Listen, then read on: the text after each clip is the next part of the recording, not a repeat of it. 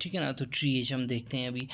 TH की definition क्या है? TH इज़, याद रखें कि TH is the process of determining या setting the priorities of patient treatment on the basis of severity of their condition. ये डेफिनेशन है ट्रीटमेंट की, क्या कि setting the priorities of patients treatment be on the basis of severity of their condition, इसको TH बोलते हैं। ठीक है ना। तो ये जो TH है ये एक एफिशिएंट सिस्टम बन जाता है, ठीक है ना, किसके लिए? पेशेंट ट्रीटमेंट के लिए।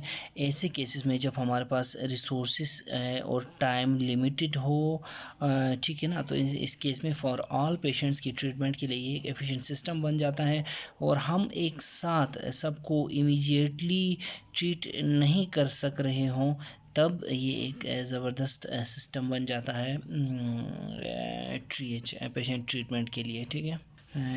ठीक है ना। तो ये जो TH है ये इसकी मानी क्या होते हैं? इसके मानी है टू सेपरेट करना, ठीक है, या फिर सेलेक्ट करना। ठीक है। तो TH के देखें मैनी जो स्कीम्स दिए हुए हैं TH कैसे करते हैं इसके ट्री के लिए, लेकिन जो कॉमन जो है ना वो एक हम डिस्कस करेंगे। ये जो हम कॉमन यूज़ करेंगे ये US आर्मी भी इसको एग्री करती है, इसको यूज़ करती है। तो सबसे पहले इसके फिर स्टेप्स हैं, ठीक है ना।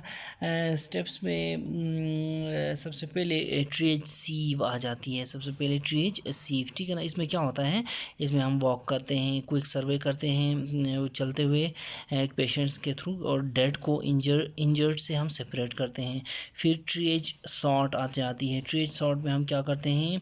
हम रिमेनिंग जो कैजुअलिटीज़, मतलब डेड को अलग करके जो रिमेनिंग जो कैजुअलिटीज़ हैं उनको हम क्या करते हैं?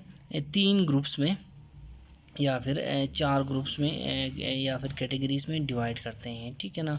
अच्छा, इसको फिर देखें कैटेगरी 1 को हम क्या करते हैं?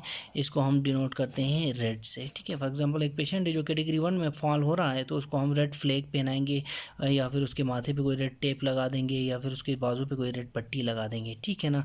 इसका मतलब ये होता है कि क्रिटिकल है पेशेंट और कैन नॉट वेट, यानी कि इसकी इमीडिएट ट्रीटमेंट होनी चाहिए, ठीक है, कैटेगरी 1 यानी रेड। फिर हमारे पास आती है कैटेगरी 2। कैटेगरी 2 में क्या होता है कि हम इसको येलो से लेबल करते हैं, और ये होता है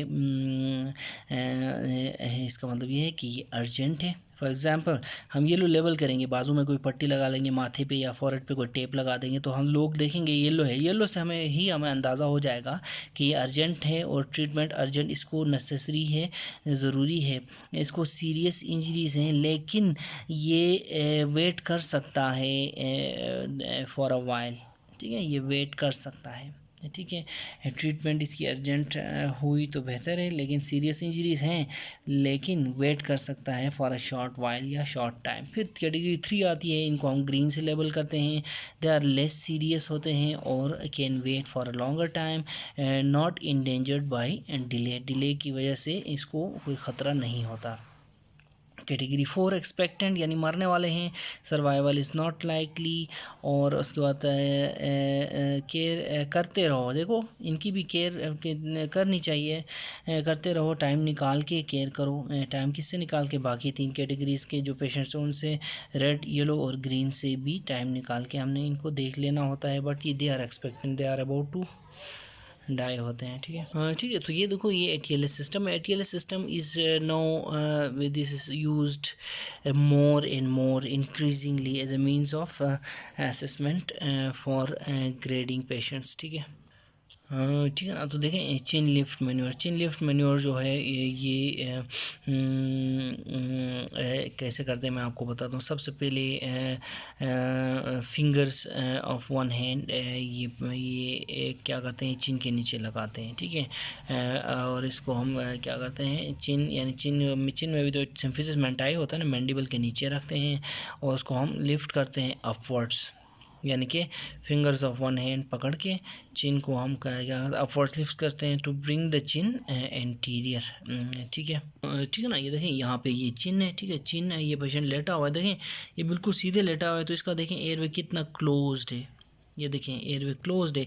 लेकिन जैसे ही हम चिन लिफ्ट मैन्योर करते हैं, ये देखें एक हाथ इधर पकड़ के, एक हाथ चिन पे पकड़ के, मैंडिबल पे पकड़ के इसको हम लिफ्ट करते हैं। चिन को ऐसे यूँ इधर से यहाँ से लिफ्ट, यहाँ से, और इस थम से क्या करते हैं, थम से हम इसको चिन को हम ऐसे प्रेस करके नीचे लेके आते हैं, ठीक है ना। इसको चिन लिफ्ट मैन्योर कहते हैं। देखें एयरवे कितना खुला है एज़ कम्पेयर टू इसके। ये देखें एयरवे बंद है, यहाँ पे ये देखें पतली सी लाइन रह गई है, जबकि इधर देखो एयरवे बहुत खुल गया है, ठीक है। ठीक है ना। तो use the thumb of the same hand to depress the lower lip, वही मैंने आपको बताया। सेम हैंड को ऐसे माउथ हो हमने ओपन करना है। थम ऑफ द सेम हैंड मतलब इसी हाथ के ही थम से हमने इसको लोअर लिप को खोल के मुंह को खोल लेना है, ठीक है ना।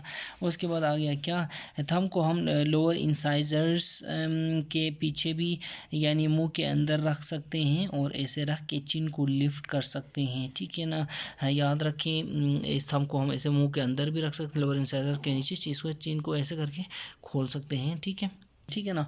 तो ऐसे केसेस में याद रखें हाइपर एक्सटेंशन नहीं करनी आपने नेक की, और याद रखें जो चिन लिफ्ट मैन्यूअर जिसको मैं CLM बोलता हूँ शॉर्ट में, ठीक है ना, ये it is used in trauma patients, ठीक है ना, to avoid cervical fracture with no cord injury, to cervical fracture with cord injury, ठीक है ना।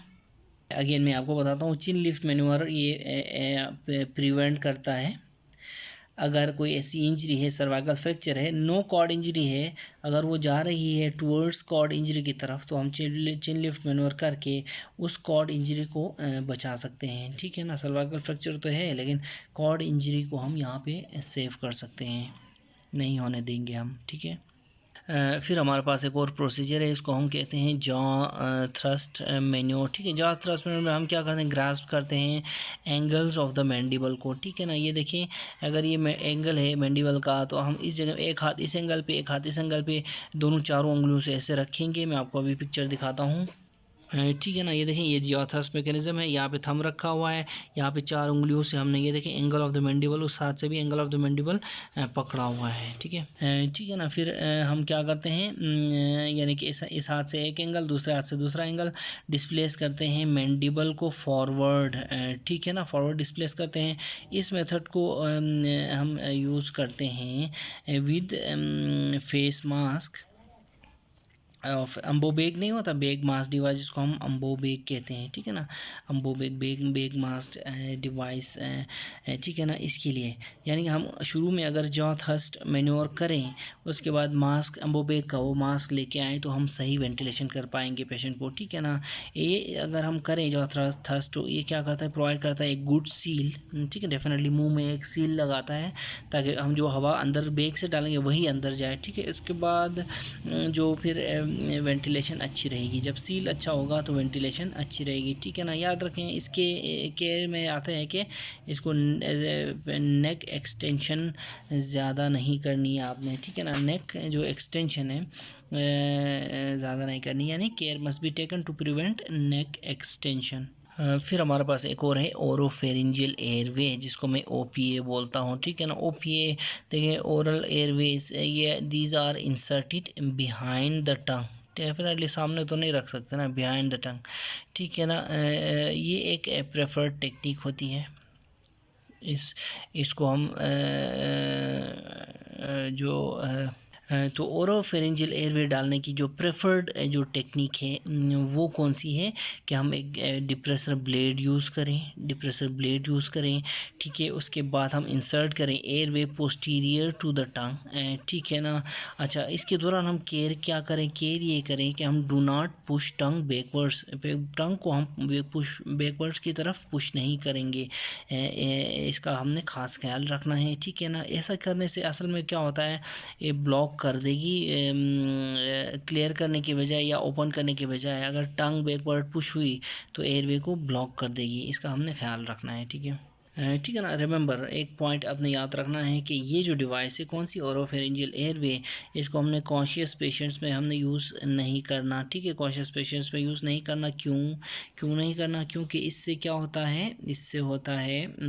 ये गैगिंग इंड्यूस कर सकती है, वॉमिटिंग इंड्यूस कर सकती है और एस्पायरेशन इंड्यूस कर सकती है, ठीक है। ठीक है ना। देखिए जो पेशेंट्स टॉलरेट कर रहे हैं और फेरेंजियल एयरवे को यानी अंदर तक जाने तक टॉलरेट कर रहे हैं, those are highly likely to require intubation है, ATT। ठीक है। ठीक है। फिर हमारे पास एक अल्टरनेट टेक्निक भी है OPA इंसर्ट करने की। ठीक है ना। वो कैसे है कि इसमें हमने क्या करना होता है, इसमें insert the oral way airway upside down, इसको हमने और OPA को इंसर्ट करना होता है।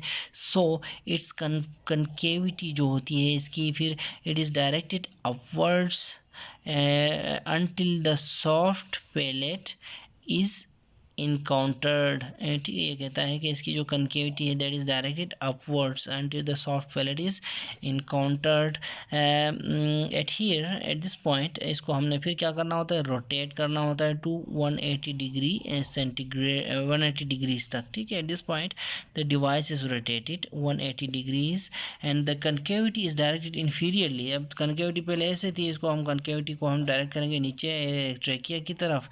ठीक है ना। यानी कि याद रखें शुरू में अपवर्ड थी, हमने 180 डिग्री कर ली तो डेफिनेटली डाउनवर्ड हो जाएगी। ठीक है। और फिर उसको device is slipped over the tongue. ठीक है। याद रखें ये जो अल्टरनेटिव मेथड मैंने बताया इसको हमने बच्चों में नहीं यूज़ करना। ठीक है ना। और क्योंकि रोटेशन को जो है इसको रोटेट करने में डैमेज होता है बच्चों का माउथ और बच्चों का फेरिंग्स। ठीक है। नेक्स्ट जो हम प्रोसीजर डिस्कस करेंगे वो है नीडल क्रिकोथायरॉयडोटमी। ठीक है। इसको क्रिकोथायरॉयडोटमी CTO बोलता हूँ। ठीक है ना। क्रिकोथायरॉयडोटमी CTO में क्या होता है, हम एक नीडल पास करते हैं थ्रू क्रिकोथायरॉयड मेम्ब्रेन CTM, ठीक है, के ज़रिए इनटू द ट्रेकिया। ठीक है। ये एक क्या होता है, एक इमरजेंसी सिचुएशन होती है, इसमें हम करते हैं, ये एक डेफिनेटिव ट्रीटमेंट नहीं होती, ताकि इमरजेंसी सिचुएशन में हम ये करते हैं ताकि ऑक्सीजनेट कर सकें हम पेशेंट को शॉर्ट टर्म बेसिस पे until the definitive management is given. ठीक है ना। तो ये एक ठीक है ना। तो अब देखें सर्जिकल क्रिकोथायरॉयडोटमी, पहले नीडल क्रिकोथायरॉयडोटमी था जो सुई डालते हैं, इसके बाद अब देखें सर्जिकल क्रिकोथायरॉयडोटमी। सबसे पहले इसमें पल्पेट करना होता है, हमने क्या क्या चीज़ें पल्पेट करनी होती हैं, स्टर्नल नोच पल्पेट करनी होती है नीचे, उसके बाद थायराइड नोच पल्पेट करनी होती है और उसके बाद क्रिकोथायराइड इंटरवल हमने पल्पेट करना होता है। ठीक है ना। तो ये अपने आपको ओरिएंट करने के लिए, ठीक है ना, ओरिएंटेशन बनाने के लिए कि हमने किस जगह में इंसिजन डालना है। ठीक है। तो ये पल्पेशन हो गई, हम ये सर्जिकल क्रिकोथायरॉयडोटमी की बात कर रहे हैं। ठीक है। उसके बाद हमारे पास हमने क्या करना है, ट्रांसवर्स स्किन इंसिजन देना। याद रखें this is transverse skin incision, is not vertical.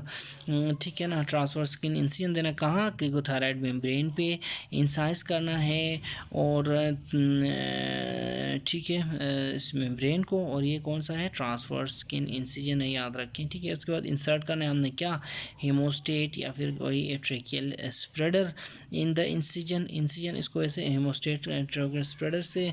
उसके बाद हमने इसको रोटेट करना है इन 90 डिग्रीज और एयरवे खुल जाएगा। ठीक है। जब एयरवे खुल जाएगा तो हमने इंसर्ट करना है क्या, कफ्ड एंडोट्रेकियल ट्यूब या फिर ट्रेकियोस्टोमी ट्यूब। ठीक है। कफ्ड एंडोट्रेकियल ट्यूब या ट्रेकियोस्टोमी ट्यूब इनटू द कहाँ, CTM के मेम्ब्रेन, क्रिकोथायराइड मेम्ब्रेन के इंसिजन में, और फिर डायरेक्ट करना है ट्यूब को किस तरफ, इनटू द ट्रेकिया, और पेशेंट सांस लेना शुरू कर देगा।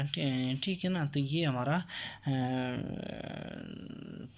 सर्जिकल क्रिकोथायरॉयडोटमी। ठीक है ना। देखो हम एक लॉग रोल मेथड पे एक नज़र डालेंगे, फिर उसके बाद जॉ थर्स्ट की पे एक नज़र डालेंगे। ठीक है। इसके बाद ETT पे नज़र डालेंगे, हाउ टू पास, उसके बाद क्रिकोथायरॉयडोटमी, हाउ टू पास। ठीक है। इन सब की हम देखेंगे। ठीक है। इसी तरह नीडल क्रिकोथायरॉयडोटमी, और नीडल का भी एक MCQ भी था, ठीक है ना, वो भी हम लेके आएंगे। ठीक है।